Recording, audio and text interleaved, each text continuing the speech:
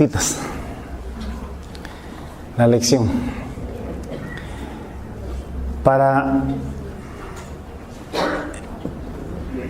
A ver, ¿en dónde estaba Israel esclavizado? Ya, ¿quién mandaba en Egipto? Faraón.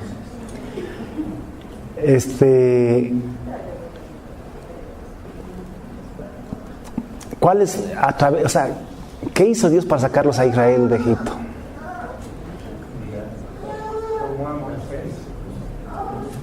Ya, mandó a Moisés para hacer las señales y doblegar a Faraón, ¿cierto? ¿Qué más hizo para sacarlos? Ya está, eso fue lo que hizo Moisés. ¿Qué más? ¿Qué pasó la última noche?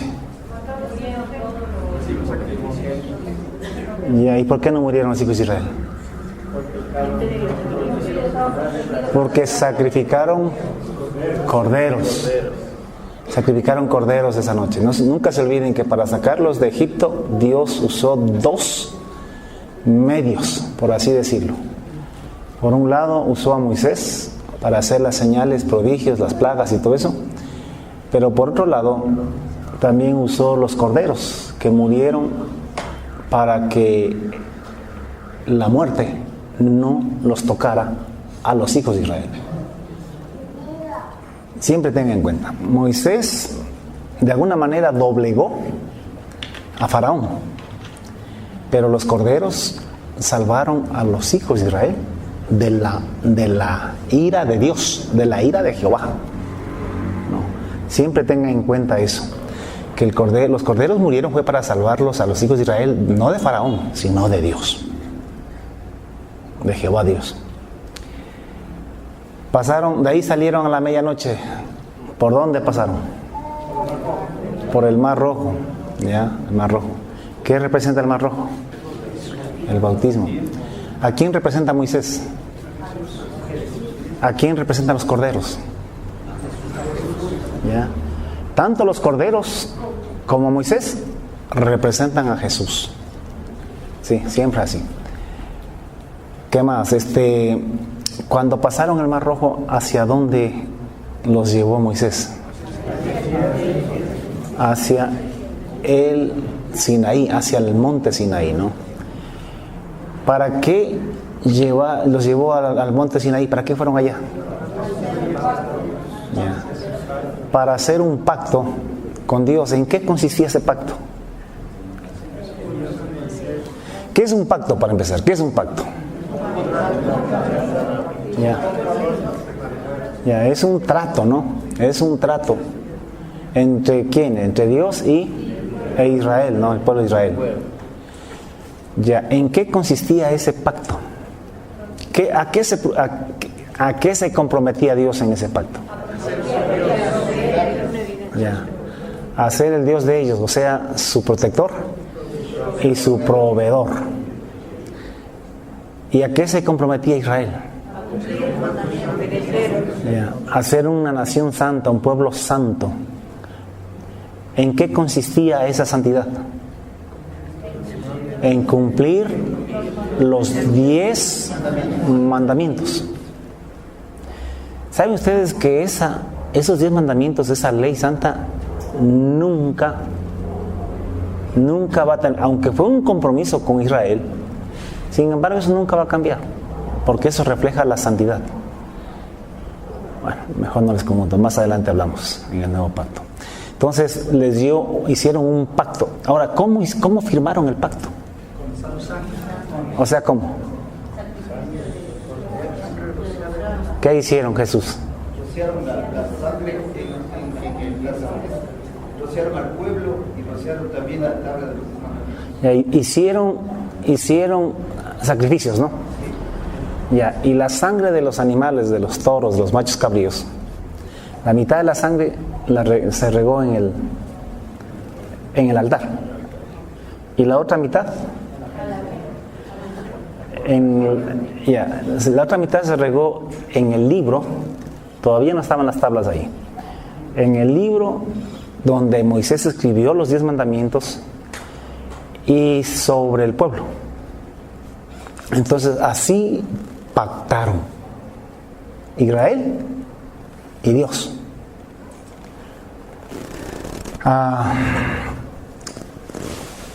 ¿Israel cumplió ese pacto? ¿A los cuántos años quebrantó el pacto?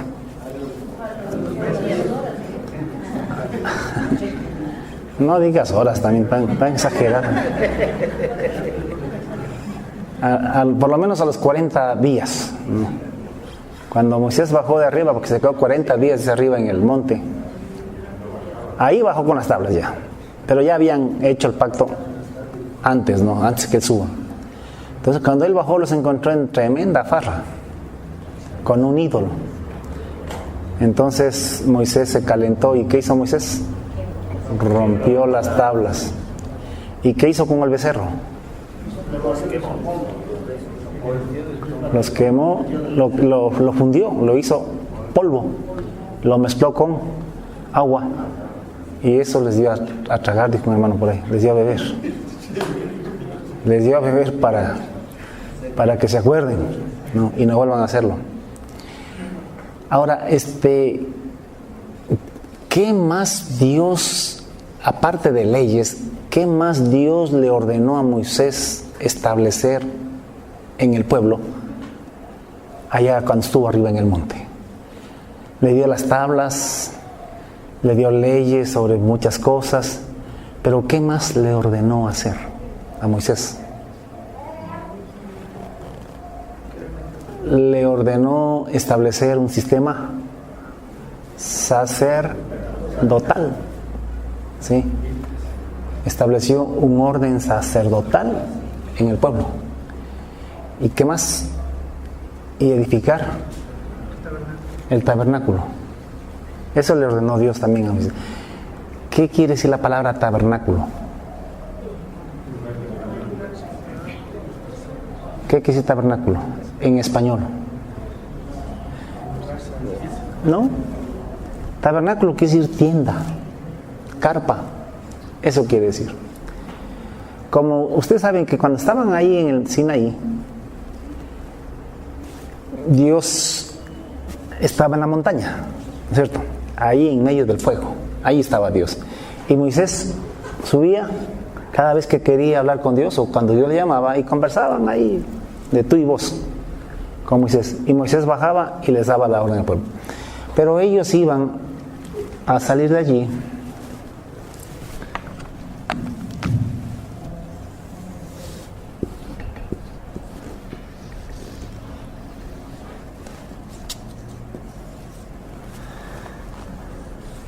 aquí estaba el monte, ¿no? Aquí estaba, ¿no? Aquí estaba el pueblo de Israel, al pie de este monte, escuchando y recibiendo todo eso. Entonces Dios estaba aquí, en la montaña, en el fuego, y Moisés subía y hablaba con Dios, y bajaba y les daba todas las indicaciones. Pero el pueblo iba caminando de aquí. Acá estaba la tierra prometida, es acá donde iban a llegar. Entonces tenían que salir de aquí para acá. Entonces estos son, no sé cuántos, serán miles de kilómetros. Entonces no podía estar Moisés regresándose aquí para subir a la montaña cada rato. Entonces Dios les ordenó construir un tabernáculo, una tienda, en la que Dios se manifestaría dentro de esa tienda. O sea, en vez de estar acá, construir un tabernáculo, una tienda sagrada, para que mientras iban, por ejemplo, caminaban unos cuantos días y acampaban aquí. Ahí se quedaban, no podían acampar una noche al otro día continuar, porque con 2 millones de personas, con animales, con guaguas, con mujeres, con ancianos, era imposible. Entonces se quedaban allí un tiempo, descansaban, tal vez que se quedaban semanas. Entonces armaban la tienda, el tabernáculo, y ahí Dios hablaba con Moisés. Luego cuando la nube se levantaba, quiere decir que tenían que continuar el viaje.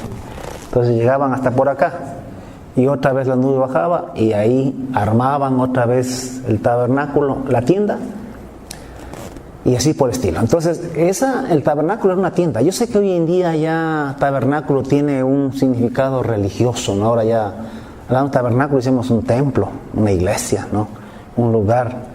Hay iglesias que se llaman el tabernáculo de la fe, por ejemplo. Yo he escuchado, ¿no? El Santo Tabernáculo, Iglesia del Santo Tabernáculo. Bueno, y se toman nombres. Hoy en día ya se considera como una iglesia, pero la verdad es que eso era una tienda. Y sabe usted que no era una tienda enorme. Esa tienda no era más grande que este templo. Era más pequeño, inclusive, mucho más pequeño. Tenía un atrio por afuera que era una especie de cerramiento.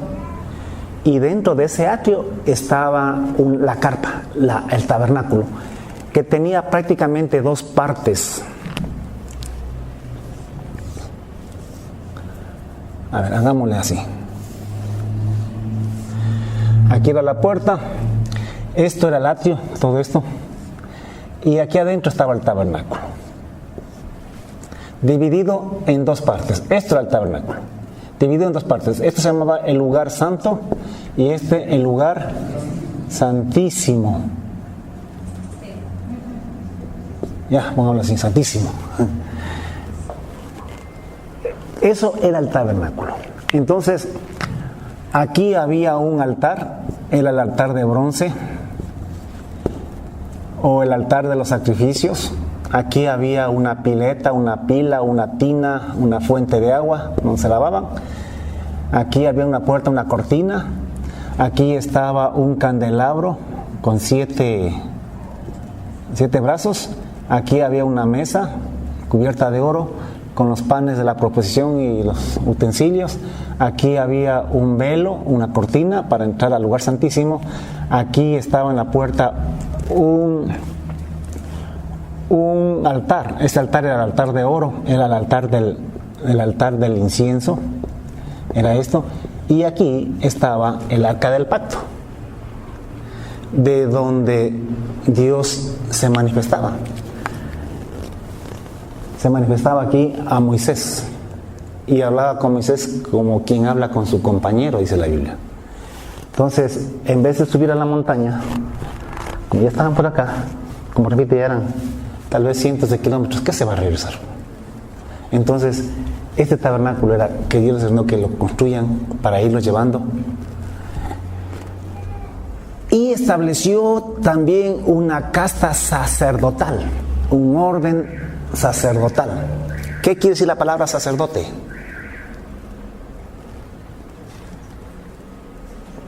No me diga que se olvidaron. 8 días. ¿Qué quiere decir la palabra sacerdote? Tanto que usamos el sacerdote del pueblo. ¿Qué quiere decir sacerdote? Taitakura. Intercesor. Intermediario. ¿Han escuchado ustedes la palabra mediador? Tribunales de mediación que hay hoy en día que se habla. ¿Qué son esos tribunales de mediación? Cuando dos personas están en litigio y no quieren ir a juicio, porque eso demanda gastos, tiempo y un pocotón de cosas, entonces a veces van a un tribunal de mediación, que también es legal, pero no es un juicio. Allí está un mediador, que es alguien que trata de que las dos partes se pongan de acuerdo, que lleguen a un acuerdo. Y luego que llegan a un acuerdo hacen un acta y la firman, y eso tiene validez jurídica. Y se evitaron todo el rollo ese de andar con abogados y cuánta cosa. Entonces, eso es un mediador. Algo así era el sacerdote. Dice el libro de Hebreos que todo sumo sacerdote tomado de entre los hombres es constituido a favor de los hombres en lo que a Dios se refiere, para que presente ofrendas y sacrificios por los pecados, tanto por sí mismo como por el pueblo. Dice, para que se muestre paciente con los ignorantes y extraviados, puesto que él mismo también está rodeado de debilidad, porque es un hombre. Y a causa de esa debilidad debe ofrecer también sacrificios, tanto por sus propios pecados como también por el pueblo. Bueno, eso es un sacerdote. Es alguien, escúcheme. Dios tomó de entre todas las tribus de Israel, ¿a cuál tribu la tomó para que sean sus sacerdotes? La tribu de Leví. ¿Por qué tomó a los levitas como sacerdotes? ¿Hicieron piedra, papel y tijera? ¿Botaron una monedita para ver quién salía? ¿Cómo? ¿Por qué les tomó? ¿Por qué? Ya, pero no recibieron tierra, pero ¿por qué los eligió? Que ellos fueron los que mataron a los familiares que estaban honrando la idolatría. No participaron en la idolatría que participaron las demás tribus. Por un lado, pero eso no es la razón principal. Era un pueblo consagrado. Ya, es lo que dice hermano. Es porque ellos se mostraron celosos. Esto no se olvide, porque estas cosas es muy importante para entender el nuevo pacto. Hebreos, todo está basado sobre estas cosas. Entonces hay que entender, conocerlo para poder entender hebreo. Si no, hebreo es chino para usted, si es que no entiende esto. Verá, cuando Moisés bajó del monte, ¿se acuerda que estuvo ya 40 días? El pueblo estaba en farra. Habían construido un becerro y lo estaban adorando y haciendo fiesta. Y el pueblo estaba desenfrenado, seguramente en orgías, en cuantas cosas. Cuando Moisés baja, ve todo ese cuadro allí, rompe las tablas de las iras. Y yo me imagino que algunos, ya viendo a Moisés, se quedaron quietos, ¿no? Pero otros, allá, y seguían desenfrenados en la idolatría y en todo eso allí. Entonces Moisés dijo, ¿quién está por Jehová? O sea, ¿quién se pone de parte de Dios en esto? Y dice que los levitas se juntaron a él. Ahora, Moisés era de la tribu de Leví también. Entonces, los levitas se pararon junto a él y dijeron, nosotros estamos con Jehová, no estamos con ese becerro, no estamos con la idolatría de este pueblo.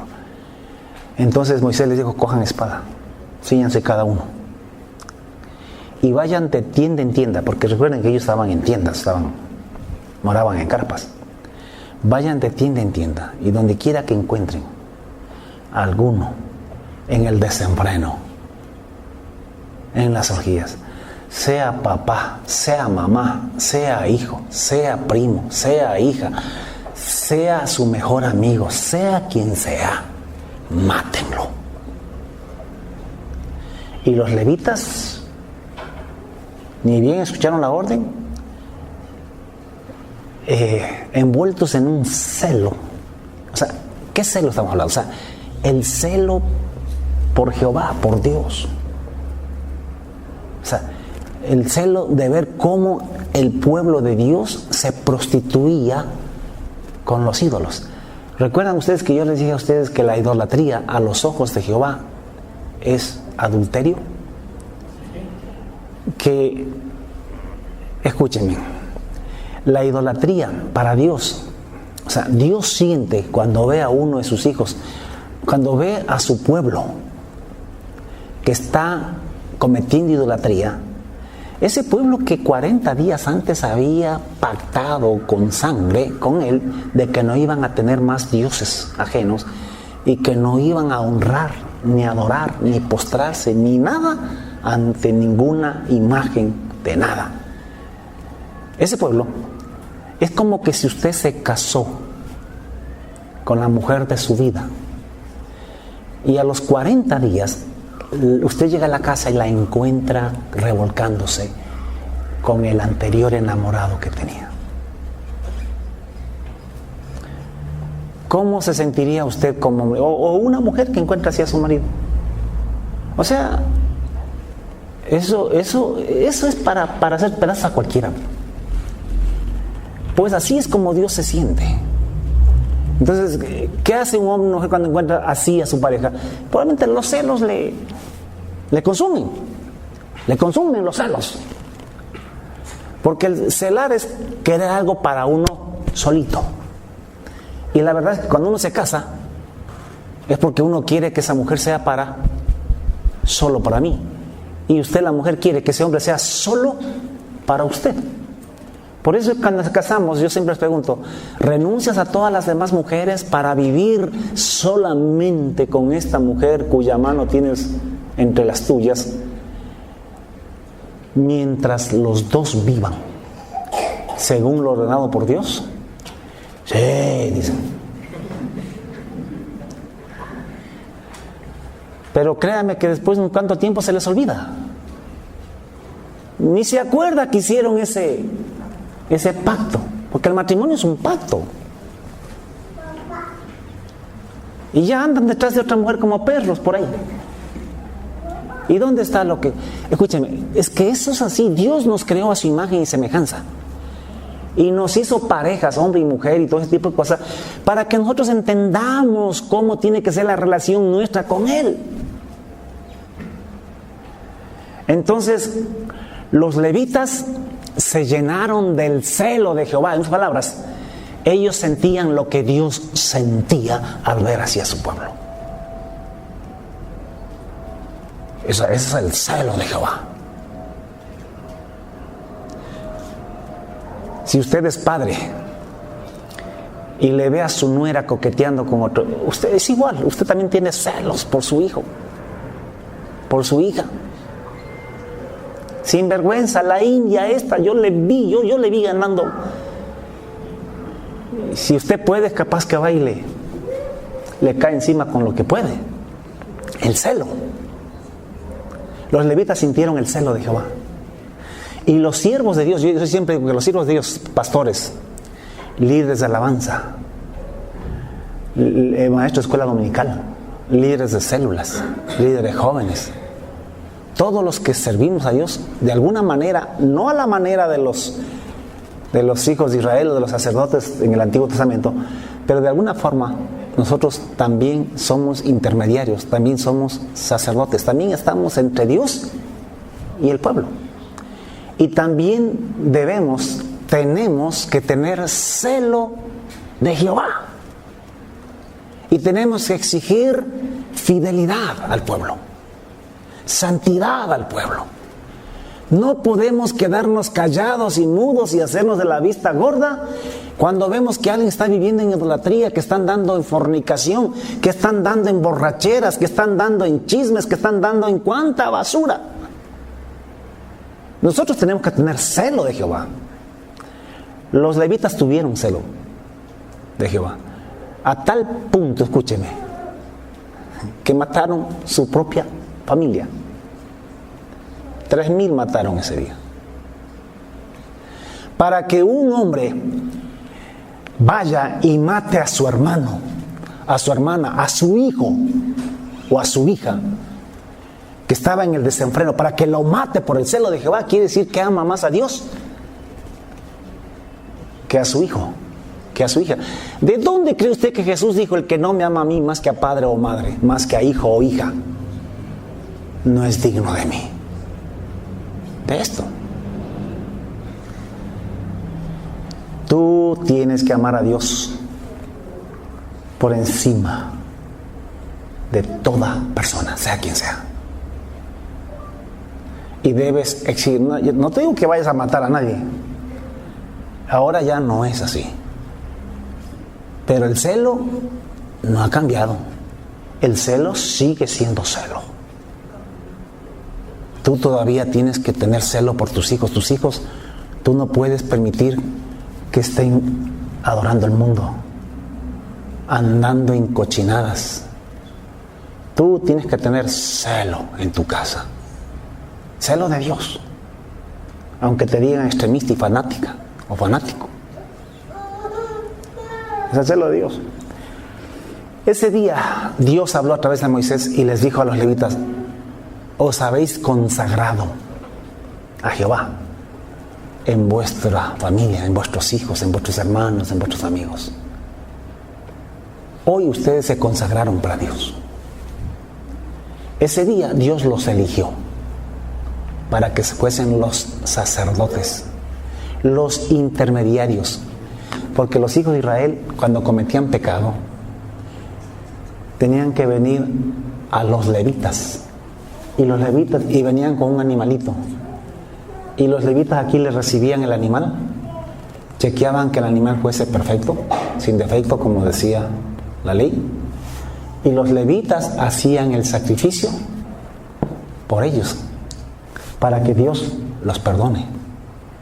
Entonces los levitas se convirtieron en intermediarios, mediadores, entre el pueblo y Dios, desde allí en adelante. Entonces por eso los levitas fueron los sacerdotes de la nación de Israel. Entonces ya sabe por qué Dios escogió a los levitas como sacerdotes. No se va a olvidar, no se olvide. Ahora, entre los levitas Dios escogió a un sumo sacerdote. ¿A quién lo escogió? A Aarón y a su descendencia, para que fuesen sumos, quiere decir máximo sacerdote. El Papa se llama ahora así, máximo, ¿cómo se llama? ¿Cómo es? Sumo pontífice, ¿no? Entonces se llaman así, pero la verdad es que Dios estableció a Aarón y a su descendencia. O sea, siempre había un solo sumo sacerdote. Cuando Aarón moría, su hijo mayor asumía el puesto. Y así sucesivamente. Sumo sacerdote. ¿Por qué razón? Porque escúchenme, si bien es lo que los levitas hacían los sacrificios por el pueblo, todo pecado, escúchame, todo pecado bien identificado, la persona, vea, si usted se robaba la vaca de un vecino y se la comía, usted tenía después que devolver la vaca. O sea, no es que perdonará nomás, sino yo fui, perdona, yo, no sé, te perdono, pero tráeme la vaca de vuelta. Claro, ¿cómo? Si no, qué chiste, ¿no? Y además de eso tenía que traer un chivito o alguna cosa por el estilo, porque había que añadirle un quinto. Un ternero, alguna cosa por el estilo. Porque algo tenía que escarmentar. Y encima de eso tenía que traer otro animalito para el sacrificio, para que Dios le perdone. Porque una cosa es que te perdone tu hermano y otra cosa es que te perdone Dios. Cuando tú ofendes tienes que pedirle perdón al hermano y tienes que pedirle perdón a Dios. Y dice Mateo 6:5, donde Jesús hablaba de esto, que si tú no te arreglas con tu hermano primero, de nada sirve traer tu ofrenda a Dios. Si alguien se robaba la vaca y no arreglaba con el dueño de la vaca y venía con el animalito para que ¿sabes qué? Deja tu ofrenda allí, no la recibo. Primero anda y arréglate con tu hermano y luego ven a presentar tu ofrenda. Así era como se manejaban estas cosas. De ahí es que Jesús dijo: si has ofendido, primero pide perdón. Tenemos iglesias llenas de sinvergüenzas que agreden, que ofenden, que lastiman con palabras, con actitudes y nunca piden perdón. Piensan que porque ya sonrió ya está todo arreglado. No, señor, usted tiene que restituir. La única forma que usted restituye a alguien que le ofendió, de alguna forma, es pidiendo perdón, pues, pasando la vergüenza, la humillación. Y bien hecho, para que aprenda. Pero a veces no queremos pasar la humillación de pedir perdón, porque hay unos que son más orgullosos, son más indios que nadie, y no piden perdón. Y no piden perdón. A Dios sí, Señor, perdóname, Señor, todos los pecados, perdóname, Señor. Y el Señor dice: arréglate primero con tu adversario y luego ven y presenta tu ofrenda. Oiganme bien, estas cosas a veces no se han entendido en la iglesia y hay mucho mojigato en la iglesia. Si usted peleó con su mujer, le ofendió, tiene que pedirle perdón. Y viceversa. Cuando usted le dice al marido: usted no me sirve para nada, usted no sabe cuánto le ofendió a su marido, vaya, pídale perdón. Y cuando usted le dice india, fiera, igualmente pídale perdón. Las peleas y las cosas, es imposible que no hayan ciertos roces entre nosotros, pero tengamos la valentía, la honestidad de pedir perdón. Y luego pidamos perdón a Dios. Dijo Jesús, porque si vosotros no perdonáis a los hombres sus ofensas, tampoco vuestro Padre os perdonará a vosotros vuestras ofensas. Ahora escúcheme. Si cuando me han ofendido yo no perdono, Dios no me perdona, ¿qué será cuando yo he ofendido y no pido perdón? Es peor. Es peor. Si cuando a mí me han lastimado y yo no perdono, Dios no me perdona a mí, ¿qué será cuando yo soy el que ofendí y estoy hecho loco y no pido perdón? Eso es peor que lo otro. Entonces, así era como se hacía. Y el sacerdote era el intermediario para que, o sea, ninguno podía venir directamente a Dios a pedir perdón, no, Señor. Todos tenían que venir al sacerdote y el sacerdote era el que le daba pidiendo perdón, por así decirlo. Es como un abogado. En un juicio usted no puede decir, tiene que ir con un abogado. El abogado es el que habla. Vea, yo soy director de la Fundación Henry Day. Yo tengo así las audiencias acá por los hombres. Y a mí me toca asistir porque soy el representante legal. Y yo solamente voy y estoy ahí sentado, bostezando, yo ni hablo. A veces ni me preguntan el nombre ni nada. La única que habla allí y se desbarata es la abogada. Pero a mí me toca estar ahí, porque soy citado. Ahí viendo las caras, aburrido. Porque a mí no se me permite hablar, sino al abogado. Así Dios estableció a los sacerdotes. Los sacerdotes no recibieron territorio en la nación de Israel para que se dedicaran únicamente. Por eso que lo ideal sería que los pastores pudiesen dedicarse al ministerio 100% de su tiempo. Pero no digo hacer vago, porque hay muchos pastores que dicen que trabajan a tiempo completo. Mentira, duermen a tiempo completo. Son vagos a tiempo completo. Porque no es que leen la Biblia, están orando, están buscando. No, Señor, andan paseando, andan. O sea, eso tampoco es el asunto, porque algunos se cogen de eso. Pero si es que alguien realmente tiene... Yo me vengo quejando con los hermanos. Una de mis desesperaciones, de mis angustias, es justamente no tener tiempo. Tengo muchas cosas que escribir, un poco pero no me da el tiempo, no puedo. Pero bueno, veamos. A la final, trabajando allí también estoy trabajando para Dios. O sea, eso es lo que a mí me consuela. Porque digo, bueno, no estoy trabajando en una fábrica, estoy trabajando para niños, en el rescate de niños, trabajando para servir y edificar vidas destrozadas de niños abandonados.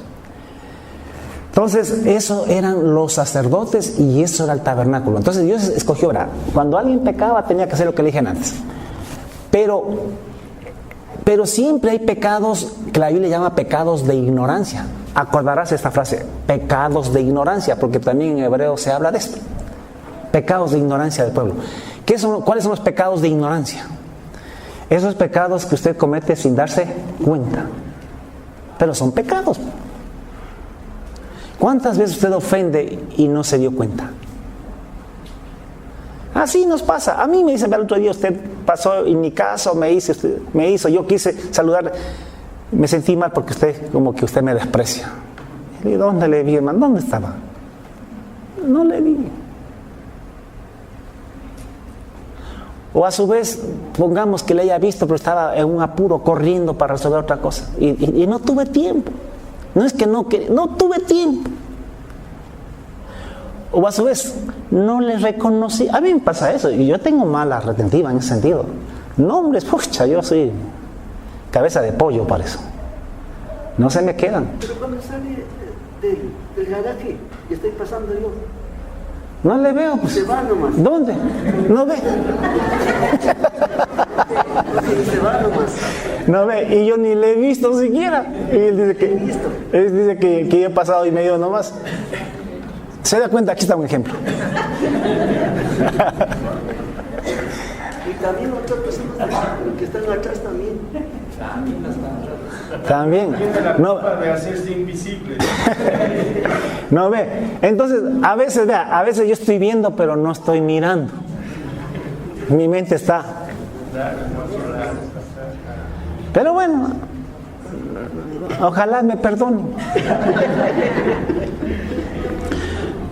Porque para creído, Dios sabe que no es mi problema. No tengo. Yo soy más humilde, más indio que todos. Yo soy montubio que todos. Y vengo de lo más bajo que usted se pueda imaginar de la sociedad. Por eso crecí en un orfanato. Así que, ¿creerme de qué? ¿De qué? Todo lo que soy, lo soy por la gracia de Dios. Y creo que por eso Dios también me ha honrado y me ha bendecido. Entonces, verá, hay pecados de ignorancia. Esos pecados que a veces uno los comete, o que son sin querer queriendo, o que son propios porque somos humanos. No. A veces pensamos mal de algo, pero no nos detenemos a pensar de que le juzgamos y seguimos de largo. Entonces, cosas como esas. Una vez al año se tenía que hacer un sacrificio por los pecados de ignorancia del pueblo. Y ese sacrificio lo hacía el sumo sacerdote, solamente el sumo sacerdote. Una vez al año. Hacía aquí, primeramente sacrificaba por sus propios pecados para limpiarse. Luego de limpiarse él, entonces hacía el sacrificio por el pueblo, por los pecados de ignorancia del pueblo. Porque si no se hacía eso, Dios no bendecía el próximo año al pueblo. Entonces, cogía la sangre de esto, el sacerdote después de lavarse, de hacerse esto, se lavaba aquí, cogía la sangre en el tazón y se metía acá adentro. Y regaba sobre la caja esta, que se llamaba el arca del pacto, sobre la tapa superior que se le llama el propiciatorio, que era una tapa de oro puro.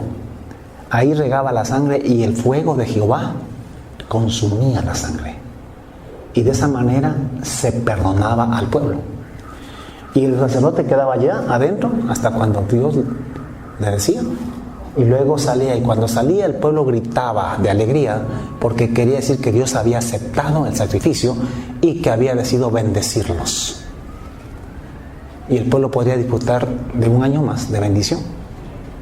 Así era como se hacía. Y el sumo sacerdote tenía que entrar bien limpio, confesando todo. Porque si entraba impuro, palmaba. Por eso es que entraba con una soga amarrada en el pie. Y tenía unas campanillas abajo en la vestimenta para oír. Entonces, cuando ya largo rato no se oían las campanas, ya los estaban afuera, se miraban. ¿Qué pasaría? ¿Será que? Entonces, ¿será que no entró puro? Entonces, ¿qué hacían? Lo que hacían era, ya si no salía mismo y se daban cuenta que había muerto, lo jalaban, porque tampoco podían ni siquiera entrar a sacarlo. O sea, era el lugar santísimo. Los otros sacerdotes podían entrar hasta aquí, hasta el lugar santo. Tenían que entrar a poner el aceite para que arda la lámpara, iba a cambiar los panes, a asear todo lo que había aquí. Todo eso hacían los sacerdotes. Pero acá adentro, solo el sumo sacerdote. Una vez al año y no sin sangre. O sea, sin haber hecho sacrificio. Así era como entraba. Entonces, todo esto para que usted lo entienda, porque después vamos a ver que Jesús es nuestro sumo sacerdote. Ellos fueron figura y sombra del verdadero sumo. Este lugar santísimo es figura y sombra del cielo, donde entró Jesús. Y así como el sumo entraba y luego regresaba y salía, así Jesús estamos esperando que salga del lugar santísimo y regrese con la bendición, no para un día, no para un año, sino para 1000 años, para empezar, y por la eternidad. Pero ¿cómo usted entiende Hebreos entendiendo esto? Si no, se aburre leyendo. Usted sí que no entiende esas cosas. Pero ya cuando se entiende, en cambio, uno se embeleza en la palabra de Dios. Uno disfruta la palabra del Señor. Esto es, quiero esta noche, antes de irnos, tenemos 10 minutos. Entonces no se vaya a olvidar todas esas cosas, ¿verdad? Porque después vamos a hablar de esto, pero ya en el nuevo pacto, refiriéndonos a esto, y usted tiene que hacer relación con esto para poder entender y sacarle el jugo al nuevo pacto. Vayamos al capítulo 12 de Deuteronomio.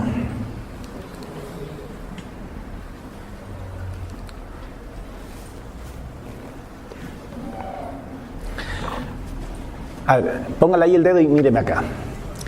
Esto se le llama, ¿cómo se llama? Se llamaba Canaán. Vamos a ver los nombres que ya sabemos de este. ¿Qué más se le llama? Se le llama la tierra prometida. ¿Qué más se le llama? Tierra que fluye leche y miel. Bueno, póngame, a pesar de que ese no es un nombre, pero tierra que fluye leche y miel. ¿Qué otro nombre le conocemos a esto? Ya está, tierra prometida, Canaán. Bueno, ojalá se nos venga otro nombre más. Pero aquí vamos a ver otro nombre para esa tierra prometida. Versículo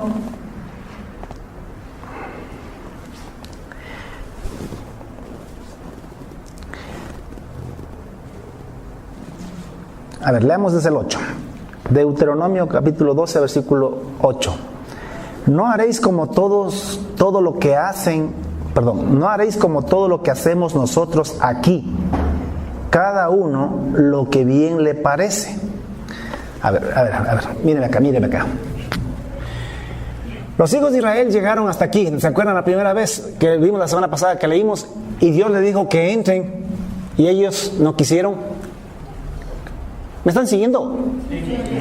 Y ellos no quisieron entrar. Se rebelaron. No le creyeron a Dios.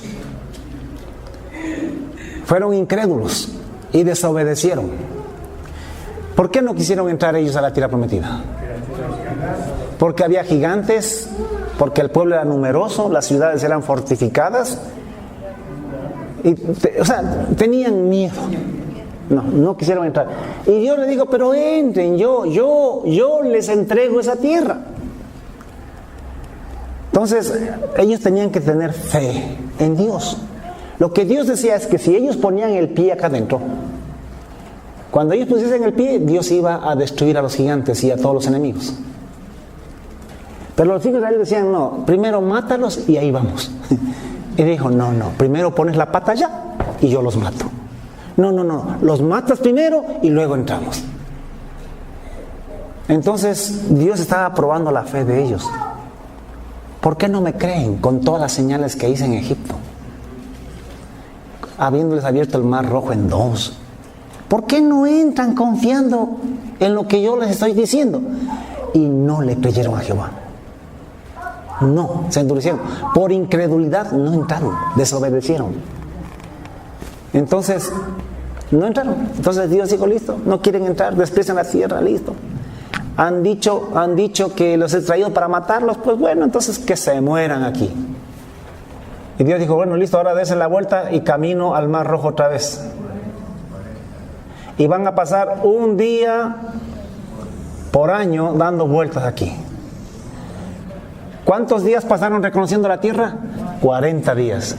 Entonces 40 años van a estar aquí. Después de 40 años, todos los de 20 años arriba, que salieron de acá de Egipto, murieron. Murieron jóvenes de 60 años, cuando en esa época se vivía 120, 110 años, que era lo normal. Pero murieron de 60 años, los más viejos. Perdón, los más jóvenes. No. Entonces pasaron aquí y murieron. Ya después de 40 años, ya Moisés viejito, porque ya Moisés tenía 120 años. Finalmente llegan acá.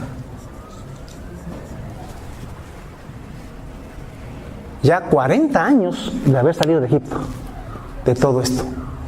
Llegan acá y Moisés escribe Deuteronomio, el libro Deuteronomio. ¿Sabe qué quiere decir la palabra Deuteronomio? Segunda ley. Pero más que segunda ley, ¿sabe qué quiere decir? Repetición de la ley. Entonces lo que hace Moisés es... Ahora escúchenme. Aquí Moisés, después de 40 años, tenía ya a otro pueblo. ¿Sí me cachan? O sea, ya no estaban los mismos que estuvieron aquí y que escucharon y que pactaron. Estos murieron. El pueblo que tenía Moisés aquí, con el que Josué entró a la tierra prometida, eran los hijos, eran los niños.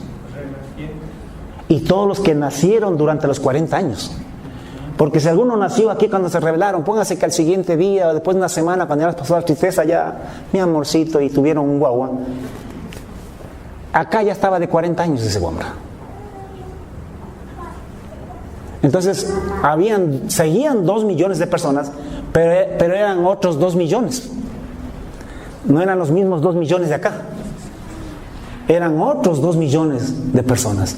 Entonces Moisés vio que era importante repetirles la ley, porque estos eran otros, claro que habían escuchado durante todo el tiempo, pero Moisés decidió, como él ya estaba viejito y él no iba a entrar a la tierra prometida, entonces él decidió repetirles y aconsejarles.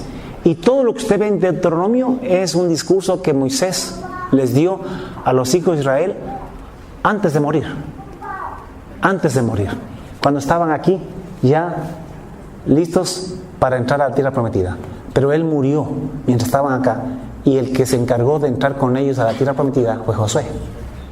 Entonces ahí es que Moisés está dando estos consejos a los hijos de Israel. Y les dice en el 8: no haréis como todo lo que hacemos nosotros aquí ahora. ¿En dónde? Aquí en el desierto. Cada uno hace lo que bien le parece. Porque hasta ahora, escúcheme, no habéis entrado ¿en dónde? Al reposo y a la heredad que os da Jehová vuestro Dios. Mas pasaréis el Jordán, lo van a hacer con Josué, y habitaréis en la tierra que Jehová vuestro Dios os hace heredar, y Él os dará, ¿qué cosa? Reposo de todos vuestros enemigos alrededor, y habitaréis seguros. Entonces, aquí hay otro nombre para esta tierra. ¿Cómo le llaman? No.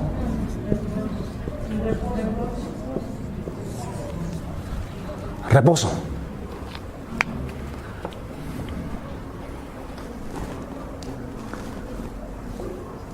Porque el 9 dice: porque hasta ahora no habéis entrado al reposo y a la heredad que os da Jehová vuestro Dios. Mas pasaréis el Jordán y habitaréis en la tierra que Jehová vuestro Dios os hace heredar, y Él os dará, ¿qué cosa? Reposo de todos vuestros enemigos alrededor, y habitaréis seguro. Ahora escuchen, ¿por qué yo le hago notar esta palabra aquí? Que a esto se le llama reposo, a la tierra prometida. Porque los hijos de Israel, cuando estuvieron aquí en el desierto, nunca estuvieron en reposo. Siempre estuvieron necesitados, alcanzados. Nunca anduvieron descalzos. Pero no es que andaban con zapatos nuevos cada año. O sea, nosotros aquí, aunque pobrecitos, pero cada añito, en Navidad, por lo menos cambiamos de zapatos. O alguien nos regala. A ellos lo que Dios hizo fue que los zapatos no se les acabaran.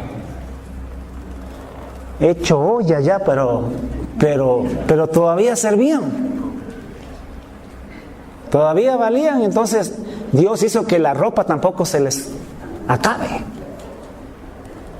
Claro, la misma chompa. Años y años y años. No es que andaban desnudos, pero tampoco es que andaban estrenando look a cada rato. Es así como estamos nosotros hoy. O sea, nosotros no estamos en el reposo de Dios todavía. ¿Cuándo entraremos en el reposo de Dios literalmente? Cuando Cristo venga, cuando entremos en el reino de los cielos. Por eso es que igual nosotros también andamos, no andamos sin zapatos, pero sí ha hecho huequitos, destapaditos por ahí. Ve acá. No hay punta ni hay talón. Esos con los Nike. Entonces, pero Dios no nos abandona, sea como sea, tenemos. No tendremos ropa de marca, pero lo que hay en Guajaló, bien está. Andamos bien. Y de cuando en cuando por allá aparece algo de marca, tampoco está mal, si Dios lo permite. Pero no es que andamos, o sea, que le digo, luciendo y que podemos presumir de andar. Es nuestra vida. No nos morimos de hambre. O sea, no andamos comiendo manjares todos los días, pero no nos falta la comidita, gracias al Señor. Tenemos lo necesario. Pero, claro, no estamos todavía en la tierra prometida. Estamos camino hacia allá. Camino hacia allá. Aquí la Biblia dice que somos peregrinos. Pero un día entraremos en el reposo, en nuestro reposo. Para ellos el reposo era la tierra prometida. Le digo esto porque en Hebreos dice: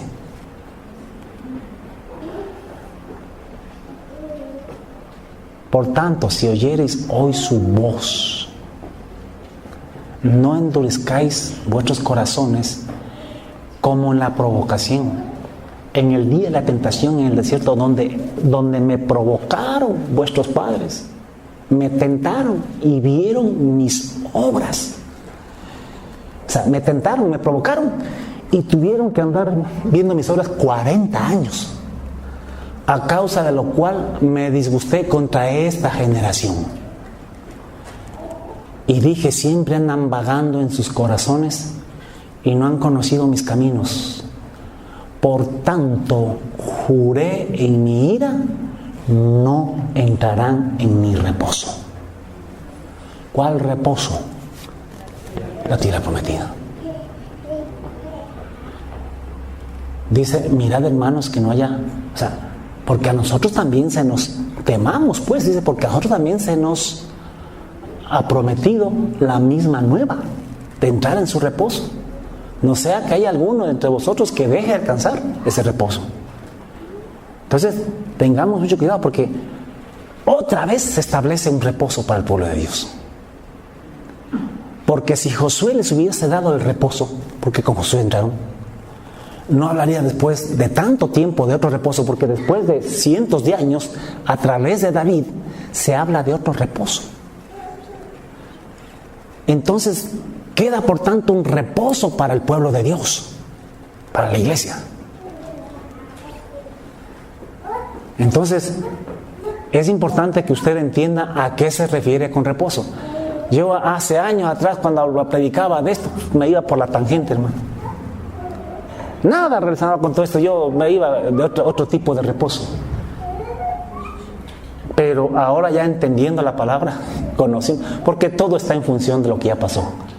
Aquello que fue, ya es, y lo que ha de ser, pues ya. Entonces, y Dios repite todas las cosas. Nada hay nuevo debajo del sol. Entonces, yo me he tomado el tiempo, aunque algunos se me duermen, se me aburren, enseñando sobre esto, pero esto es importantísimo, porque para que usted entienda, de aquí ya comenzamos a estudiar el libro de Hebreos. Vamos a estudiar el nuevo pacto. Porque, ¿sabe cuál es la idea de entender el nuevo pacto? Porque todo esto que se hacía aquí, en este pacto que se hacía con animales, nunca pudo quitar los pecados de la gente. Solamente perdonaba pecados, pero nunca quitaba los pecados. Porque la sangre de los toros y machos cabríos no puede quitar los pecados. Pero en cambio la sangre de Jesús, el sacrificio de Jesús, hecho una vez para siempre. ¿Sabe por qué se hizo una vez y para siempre? Porque ese sacrificio quita los pecados para siempre. Y donde hay remisión de pecados ya no hay necesidad de más sacrificios. En cambio aquí, como la sangre de los animales no podía, entonces cada año tocaba hacer nuevos sacrificios. Ahora, ¿cuál es la idea? ¿A dónde queremos llegar? Que usted y yo pactemos con Dios y que en este pacto nuevo Dios limpie nuestras conciencias de pecado para que podamos vivir una vida santa. Para que esos pecados que a usted le tienen encadenado, que no los puede dejar, sean arrancados. Y usted pueda vivir una vida de santidad, literalmente hablando. ¿Cuántos quieren ser perfectos delante del Señor? ¿Cuántos reniegan contra algún pecado que los tiene hecho pedazos? ¿No es cierto? Nosotros queremos vivir como... Ahora, ¿qué es posible? Sí es posible, porque Dios no pide una cosa que tú no puedas hacer. Así que vamos a entender el nuevo pacto, porque en el nuevo pacto, si usted lo entiende, si usted lo agarra, si usted lo aplica, si usted se apropia de ese pacto, usted va a vivir una vida santa, que es lo que deseamos. Y cuando nosotros lleguemos a ese punto, va a ver lo que va a suceder en este planeta.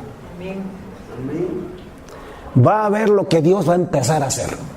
Porque lo nuestro no es religiosidad. Aquí no andamos que tratar así. Esas son boberías de la religión. Que la evidencia de tener el Espíritu Santo es hablar lenguas. Yo conozco mujeres,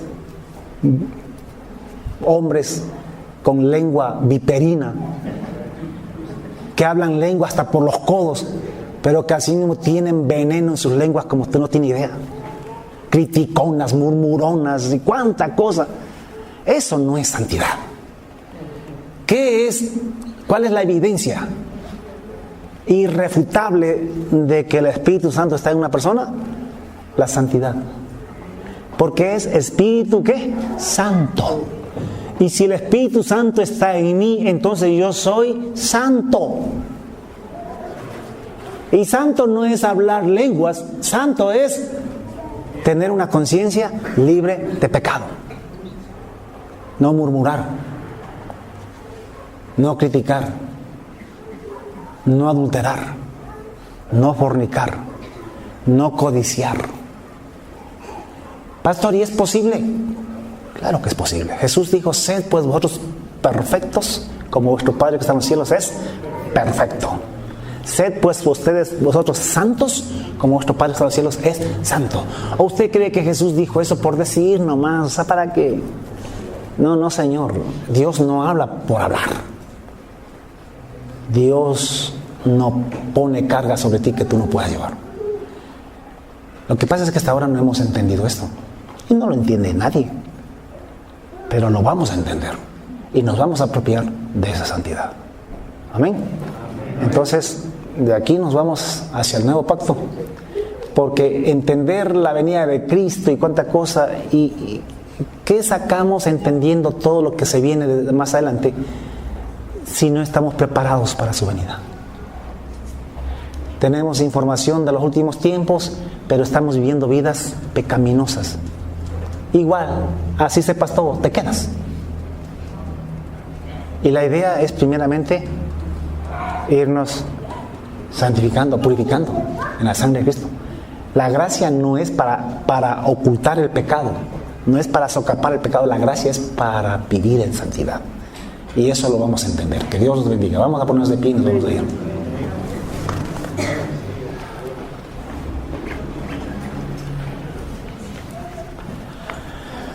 Oremos. Señor Jesús, te damos infinitas gracias en esta noche. Gracias por tu palabra.